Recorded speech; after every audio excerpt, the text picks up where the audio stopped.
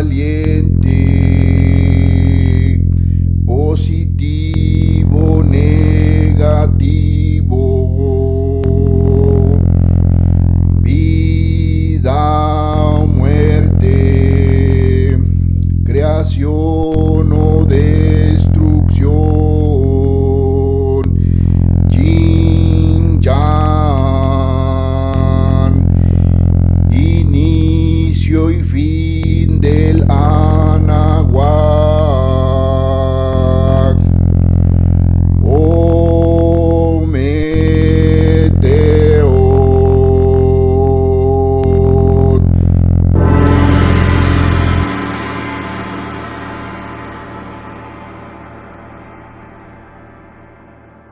¡Oh, Meteot!